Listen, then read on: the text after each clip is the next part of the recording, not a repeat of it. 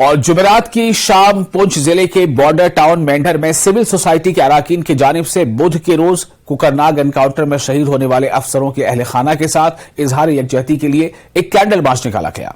Media के नुमाइंदों से बात करते हुए सिविल सोसाइटी के अराकीन ने पाकिस्तान पर एक और सर्जिकल स्ट्राइक का मुतालबा किया। DDC member Bankot Imran Zafar, BDC chairman Bankot Chaudhary Amanullah, VHP के जिला सदर पुंछ रंजीत शर्मा,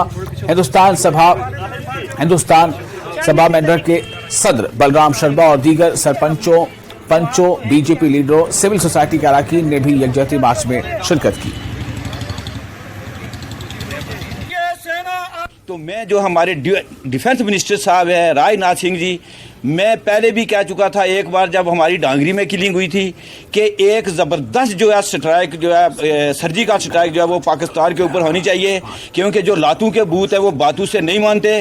बार बार हम किसी भी कीमत के ऊपर इनसे हमारी कोई भी बातचीत नहीं हो सकती, क्योंकि बातचीत आदमी उस आदमी से करता है जो अपने लेवल का हो। तो मैं राजनाथ सिंह जी से और जो हमारी हिंदुस्तान की गवर्नमेंट है उससे बार बार ये रिक्वेस्ट करता हूँ कि एक बार जो है वो पाकिस्तान के ऊपर सर्जिकल स्ट्राइक होनी चाहिए, क्योंकि बार बार मरने से एक बार जो मरना है वो हम बेहतर समझते हैं। तो यहाँ पे जो हमने कैंडल मार्च रखी है इसमें हमारे हिंदू भाई, मुसलमान भाई और सिख भाई भी हमारे साथ हैं। नम आंखों से हमें कहना पड़ रहा है, हमारी माताएं, हमारी बहनें, हमारे बच्चे जो है उनके सर से साए उजड़ चुके हैं। मैं निवेदन करूंगा सरकार से दोनों हाथ जोड़ करके हिंदू मुसलमान की तरफ से एक बार पाकिस्तान को मुंह तोड़ जवाब दें। आप उनके साथ मैच खेलते हो, उन्होंने हमारे डाक तक माफ नहीं किया है।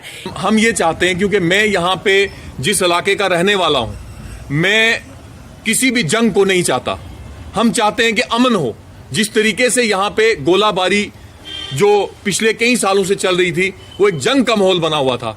आज हमारे यहाँ पे जो जंग का माहौल जो खत्म हुआ, जो गोलाबारी खत्म हुई, हम नहीं चाहते हैं कि कोई जंग हो।